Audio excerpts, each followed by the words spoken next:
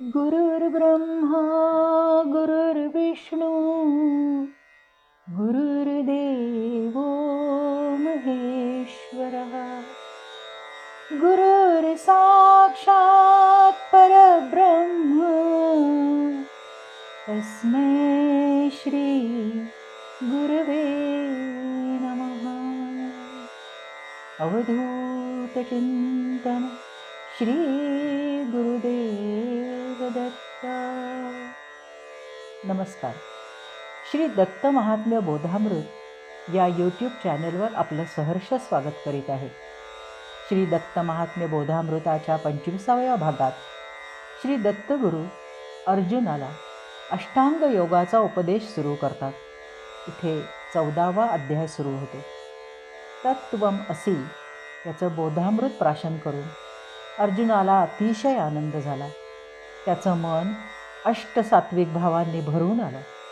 त्याने प्रभूंना योगाचं निरूपण करण्याची विनंती करताच प्रभू म्हणाले, अर्जुना, आता अगदी सावध हो. तुला मी मनाला स्थिर करणारा अष्टांग योग सांगतो.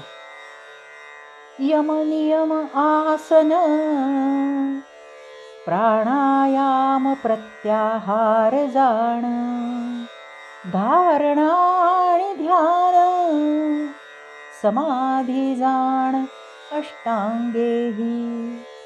यम नियम आसन प्राणायाम प्रत्याहार धारणा ध्यान आणि समाधी अशी 8 अंग असलेल्या योगाला अष्टांग योग म्हणतात.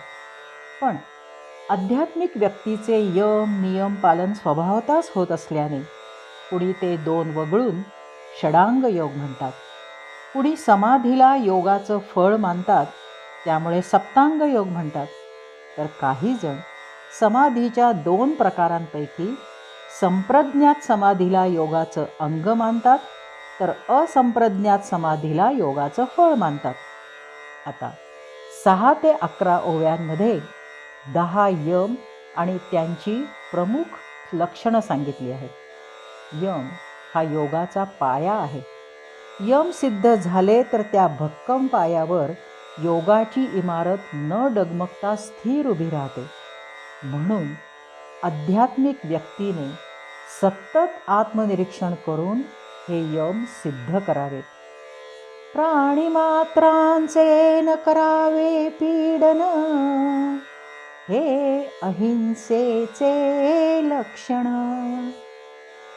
बोलावे यथार्थ मृदू भाषण, हे सत्य जाण अर्जुना. अहिंसा आणि सत्य या 2 यमांचं अगदी मोजक्या शब्दात वर्णन केलं आहे. प्रथम अहिंसा पाहू. अहिंसा ही अष्टांग योगाचा पाया आहे.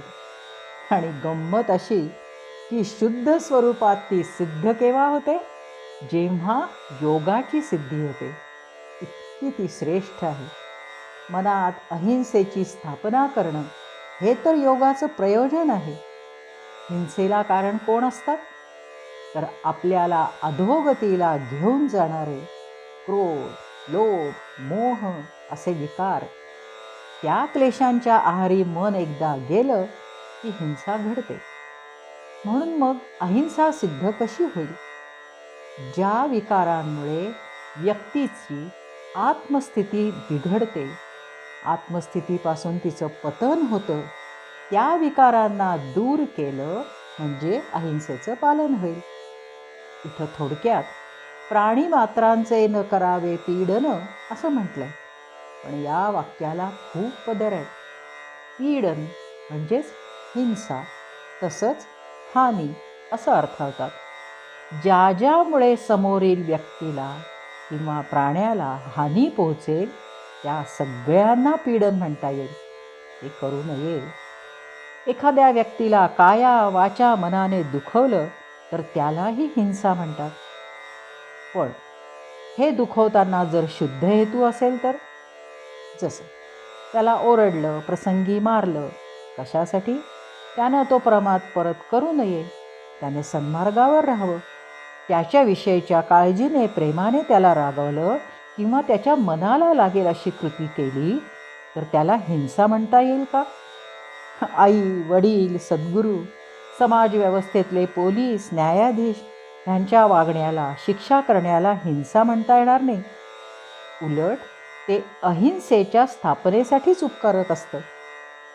पण विनाकारण दुष्ट बुद्धीने, राग, लोभ, द्वेषयुक्त अशा कलुषित अंतःकरणाने जर प्राणीमात्रांना काया, वाचा, मनाने दुखवलं तर ती मात्र हिंसा आहे.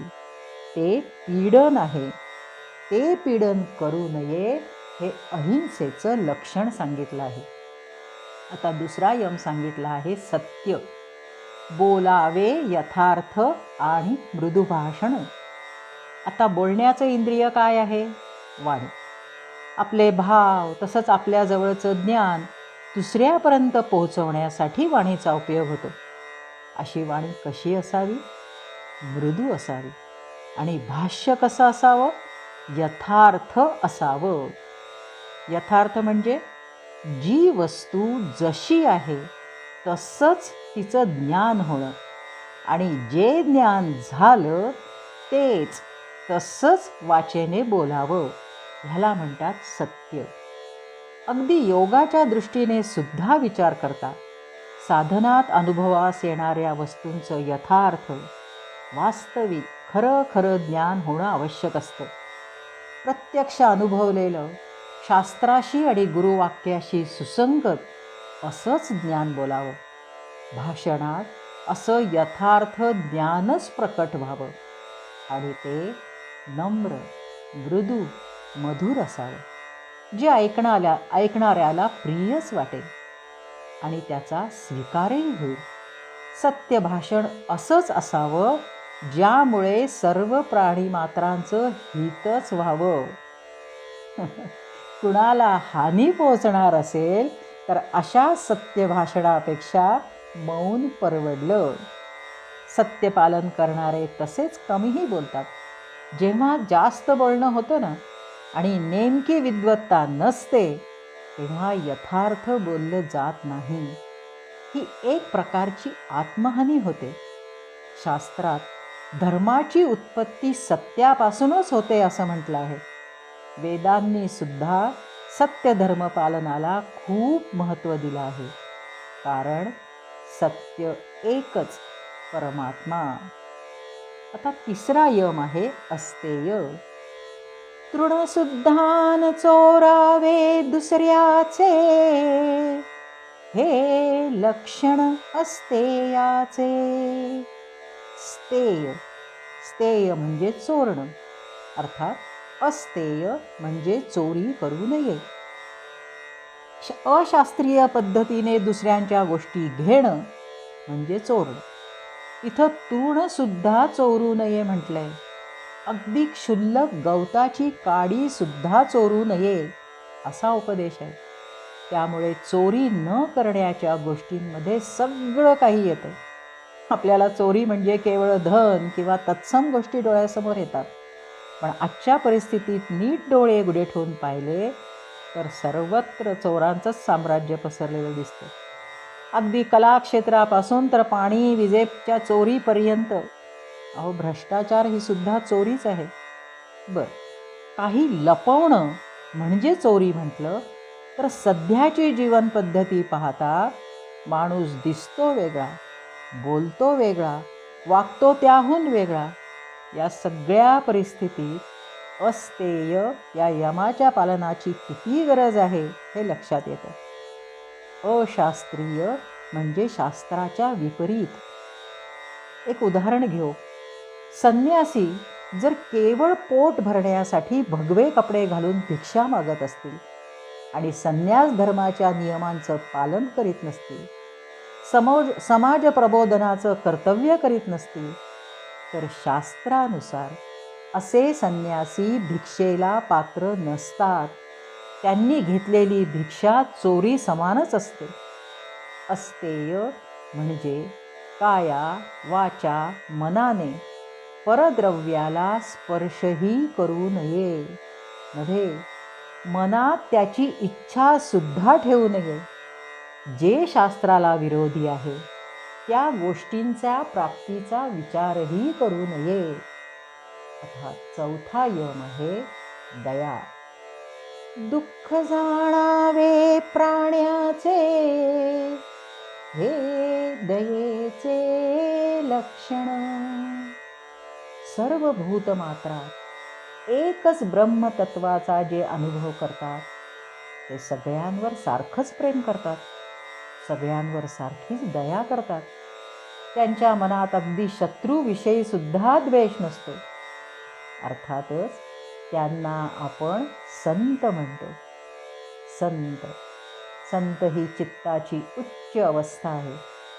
सामान्य योग्याने आपल्याला या अवस्थेपर्यंत पोहोचायचं आहे हे लक्षात ठेवून जाणीवपूर्वक सर्व प्राणीमात्रांचं दुःख जाणावं आणि त्यांच्याशी दयापूर्ण व्यवहार करावा.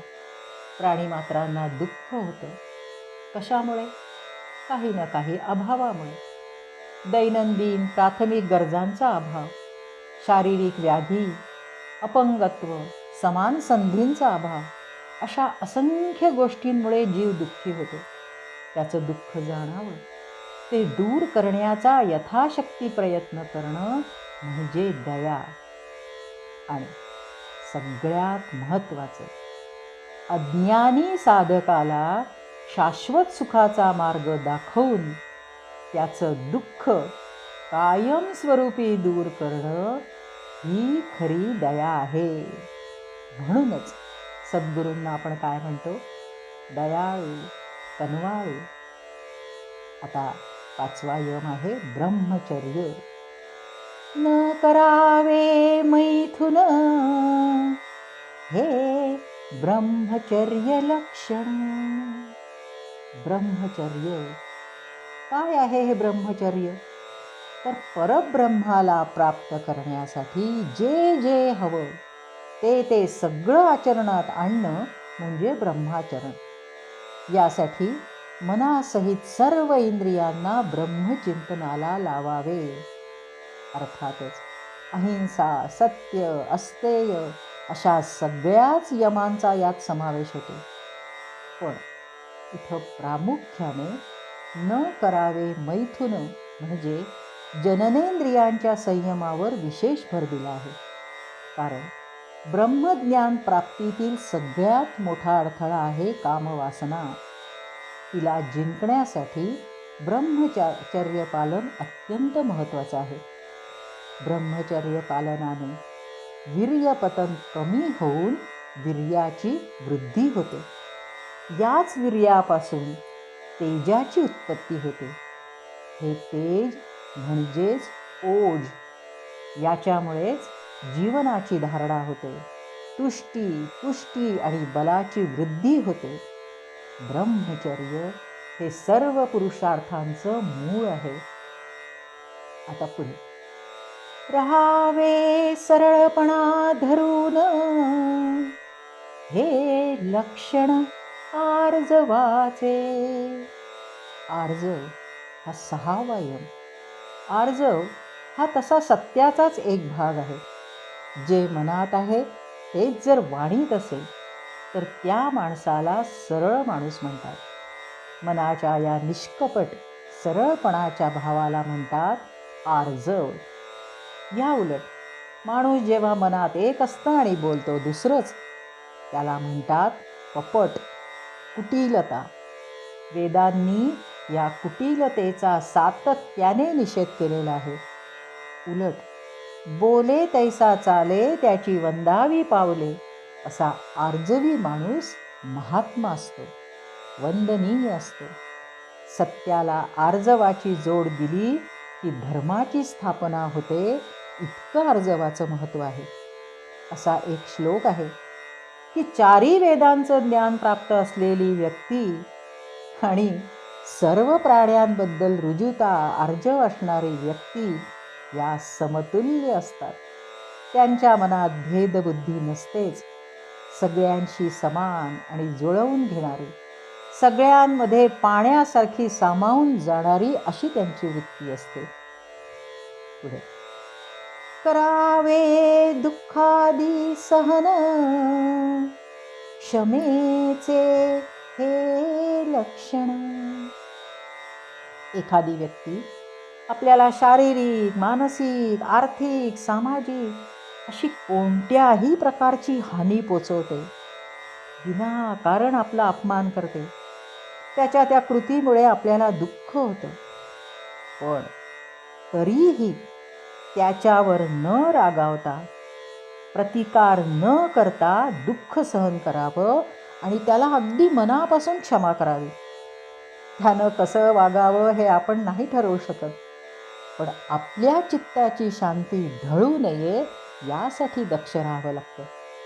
क्षमा न करता आणि सहन झालं नाही तर मनातल्या मनात चीड, संताप आदी भावनांनी मन अगदी अशांत होऊन जातं. चित्तामध्ये भावनांचा कल्ला निर्माण होतो आणि मग संतापून विवेक संपून जातो. त्या व्यक्तीला देखील काहीतरी इजा पोहोचवण्यास मन उतावीळ होतं. अविवेक आणि क्रोधाच्या आहारी जाऊन त्या व्यक्तीला हानी पोहोचवण्याचा आणि पोचवली जाते आणि जर ते स्वभावाच्या विरुद्ध असेल तर मनाची शांतता उद्ध्वस्त होते. हे सगळं वर्तन चित्तवृत्ती निरोधाच्या म्हणजे आपल्या योग मार्गाच्या बरोबर उलट असतं. विशेषतः जर मोक्षप्राप्ती हे आपलं ध्येय असेल तर हानी, दुःख, पीडा सहनशील वृत्तीने सहज झेलून अत्यंत मोठ्या मनाने आणि मनापासून जर त्या अपराधाला क्षमा केली तर मनाची शांतता ढळत नाही. मन शांत, सात्विक समाधानानं भरून जातं. त्या व्यक्तीलाही नंतर आपल्या वागण्याची शरम वाटते. योग मार्गात प्रगत होण्यासाठी क्षमा करता येणं ही दैवी संपत्ती आहे, पण ती फार अवघड आहे. मग काय करावं सोपं करण्यासाठी? क्षमा करता येण्यासाठी एक भावना अशीही जोडावी, जे दुःख मला प्राप्त झालं आहे ते माझ्याच कर्माचं फळ आहे. ही व्यक्ती केवळ निमित्त मात्र आहे. उलट आपल्या प्रारब्धाचा क्षय करण्यासच ती कारणीभूत झाली आहे, म्हणून मग तिचे उलट आभारच मानावेत. अशा विरुद्ध भावनेने क्षमा करणं सोपं होतं. आता 8वा यम आहे धृती. हानी होताही निर्विकार होन, राहणे जाण धृती ती. धृती ही बुद्धीची क्षमता आहे. धृती व्यक्तीला संयमित ठेवते, नियंत्रित ठेवते. धृतीमुळे एखाद्या गोष्टीचा पक्का निर्धार होतो. एखादी गोष्ट करायची म्हणजे करायचीच किंवा नाही करायची म्हणजे नाहीच करायची. मग प्राण गेला तरी चालेल, कितीही हानी हो, तो धैर्य सोडत नाही. त्यामुळे इंद्रियांच्या विषयाभिमुख वृत्तीलाही आळा बसतो आणि हानिकारक अनात्म विषयांपासून ही धृती आपल्याला लांब ठेवते.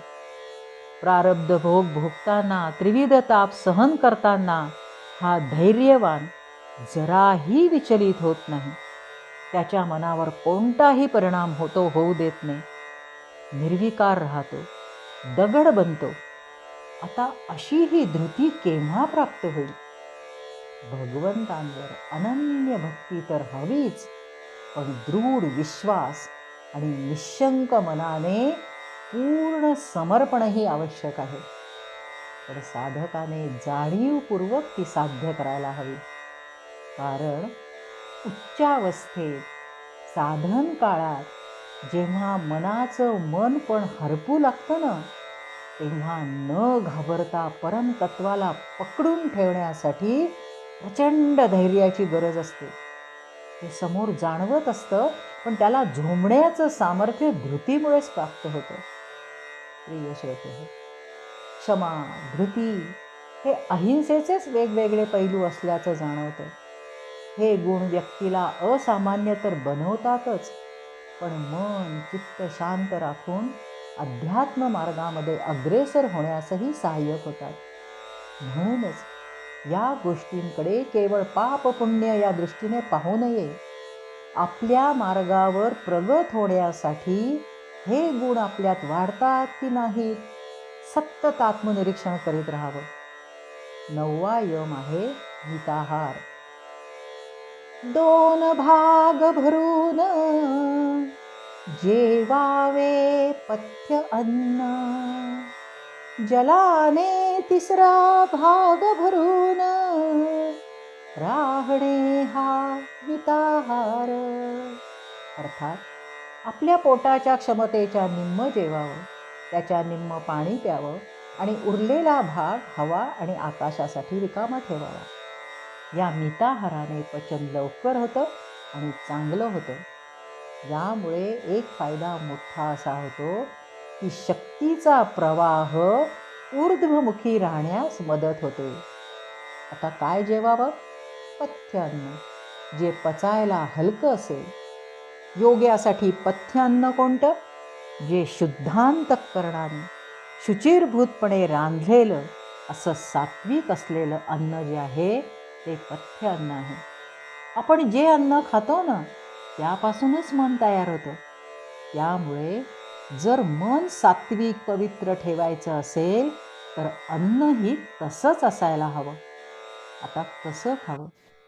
अन्न हे पूर्ण ब्रह्म समजून आतल्या जठराग्नीला आहुती देत आहोत अशा शुद्ध भावनेने एक एक घास शांत चित्तानं खावं, की तेच अन्न भविष्यान्न बनून जातं. आता जाता जाता काय खाऊ नये तेही लक्षात घेऊ. तामस, मादक आहार आणि पेय योग्याने पूर्ण वर्ज्य करावे, कारण त्यामुळे तमोगुण वाढतो, मनाचं संतुलन बिघडतं. मादक पेय बुद्धीचा ताबा घेतात. ह्या सगळ्यांचा परिणाम म्हणून आसुरी गुणांची वृद्धी होते. ही साधनेला अत्यंत हानिकारक आहे. म्हणजे जेवण थोडंच पण सात्विक पौष्टिक घ्यावं, ज्यामुळे शारीरिक आणि मानसिक आरोग्य तसंच रोगप्रतिकारक शक्ती उत्तम राहून योग सामर्थ्य वाढतं. आता 10वा यम आहे शौच. करिता मलमूत्र विसर्जन, मृत्तिका जळाने करावे शोधन. हे बाह्य शौच जाण, म्हणती ध्यान अंतरशौच. शौच म्हणजे शुद्धी. तिचे 2 प्रकार, बाह्य शौच, अंतरशौच. बाह्य शौच शरीर शुद्धी. मलमूत्र विसर्जनानंतर पाणी आणि पाण्याने स्वच्छता करावी असं उदाहरणार्थ सांगितलेलं आहे. आता मातीच्या ऐवजी साबण, जंतुनाशकं वापरतात. पाणी हे नेहमीच पवित्र आहे आणि पवित्र करणारं आहे. स्नानानंतर शरीर आणि मन पवित्र शुचिरभूत होतात.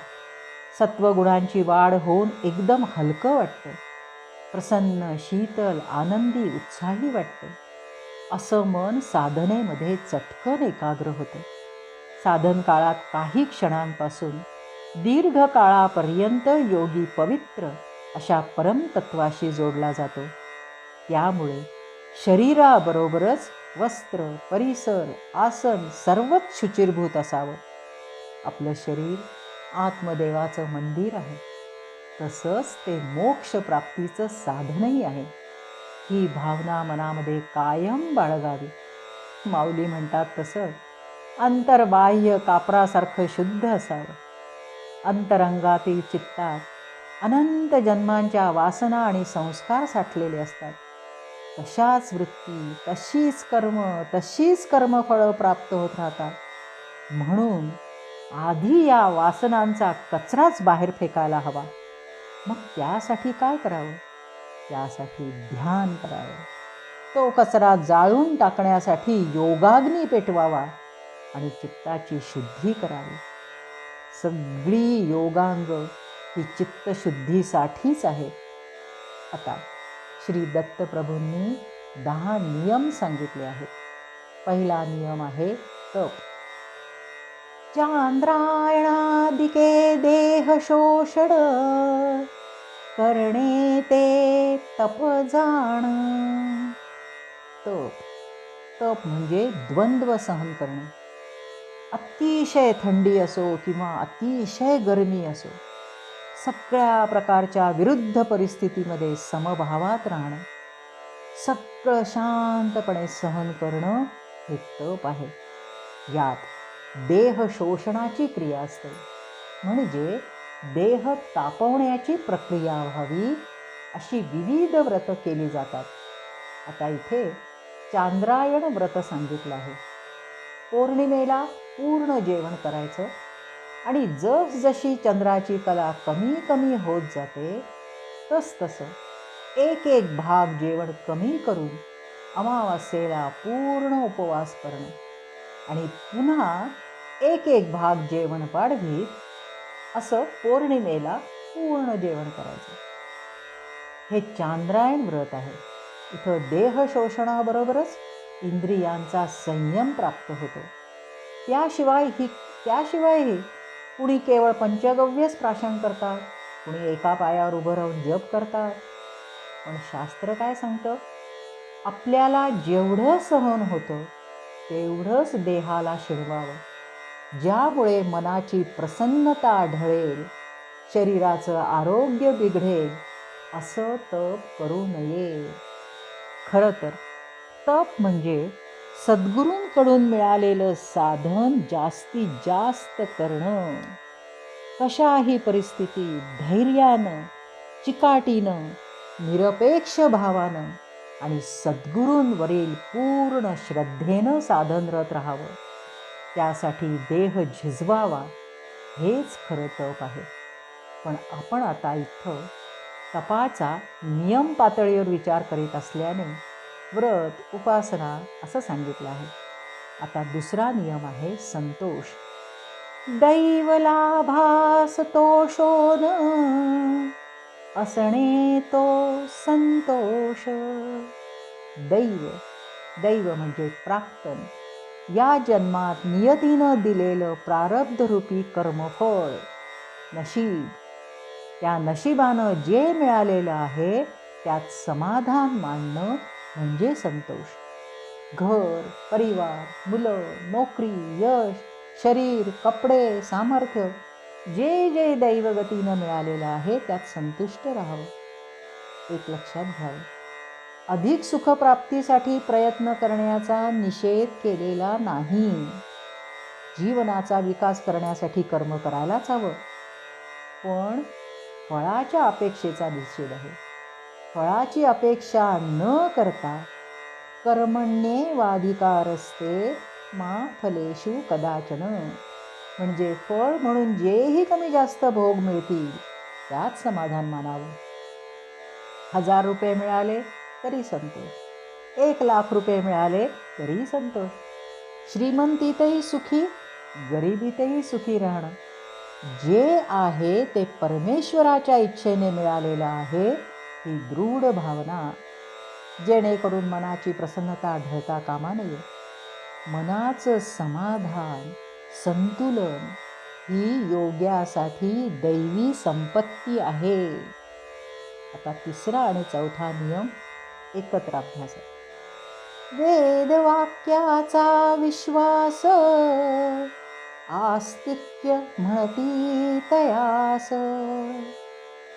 वेदांताचा जो अभ्यास श्रवण खास म्हणती ते. श्रवण आणि आस्तिक्य या नियमांचा एकत्र अभ्यास करू. वेदांताच्या अभ्यासाला श्रवण म्हटलं आहे. वेदांत म्हणजे वेदांचं सार, मोक्षाचं शास्त्र, उपनिषद हे एवढं गहन आणि गूढ आहे की सामान्य साधकाने ते कितीही वाचलं तरी त्याला ते चटकन समजण्यासारखं नाही. हे गूढ ज्ञान ज्यांनी प्रत्यक्ष अनुभवलं आहे, जे देहात राहूनही मुक्त आहेत, अशा सद्गुरू माऊलींच्या जवळ बसून त्यांच्या मुखातून ते ज्ञान ऐकलं तरच समजतं. म्हणून वेदांताला उपनिषद म्हणतात, जवळ बसून श्रवण करणं. आणि अभ्यासाला काय म्हणतात? श्रवण. सद्गुरू कृपेशिवाय हा अभ्यास होणार नाही आणि प्रत्यक्ष अनुभव सुद्धा सद्गुरू कृपेने कुंडलिनी शक्ती जागृत होऊनच मिळणार आहे. ह्या हृदयीचं त्या हृदयी संक्रमित होणारं हे ज्ञान आहे. मग हे श्रवण कसं करावं? ते ग्रहण करताना शिष्याचा भाव कसा असावा? शिष्याच्या मनात शास्त्र आणि सद्गुरू यांच्याबद्दल कोणतीही शंका, संशय नसावा, तर पूर्ण विश्वास असावा. परमात्म्यावर आणि गुरूंवर पूर्ण श्रद्धा, भक्ती आणि त्यांच्या प्रती पूर्ण समर्पण भाव असावा. या सगळ्यांना मिळून काय म्हणतात? आस्तिक्य. आता श्रवण बघा. श्रवण करताना सगळ्या इंद्रियांच्या शक्ती कानात गोळा व्हाव्यात. जिथे शक्ती तिथे मन, म्हणून मनही कानात एकाग्र व्हावं. ग्रहण केलेला प्रत्येक शब्द चित्तावर अंकित होऊन संस्काराचा ठसा निर्माण व्हावा. हे संस्कार चित्ताला मनन चिंतन करण्यास भाग पाडतात. मनात आत्मानात्मविवेक जागृत होतो. तो विद्येचा मार्ग निवडतो. सातत्यानं आत्मपरीक्षण सुरू होतं. श्रवण आचरणाला जोडल्यानं खऱ्या अर्थानं अभ्यास सुरू होतो. सद्गुरूंवरील पूर्ण विश्वासानं, आस्तिक्य भावानं वेदांचं, वेदवाक्यांचं अध्ययन म्हणजेच श्रवण. आता या पुढील नियमांचा अभ्यास आपण पुढील भागात पाहू. आज इथंच थांबू. अवधूत चिंतन श्री गुरुदेव दत्त. दिगंबरा दिगंबरा श्रीपाद वल्लभ दिगंबरा. दिगंबरा दिगंबरा श्रीपाद वल्लभ दिगंबरा. दिगंबरा दिगंबरा श्रीपाद वल्लभ दिगंबरा.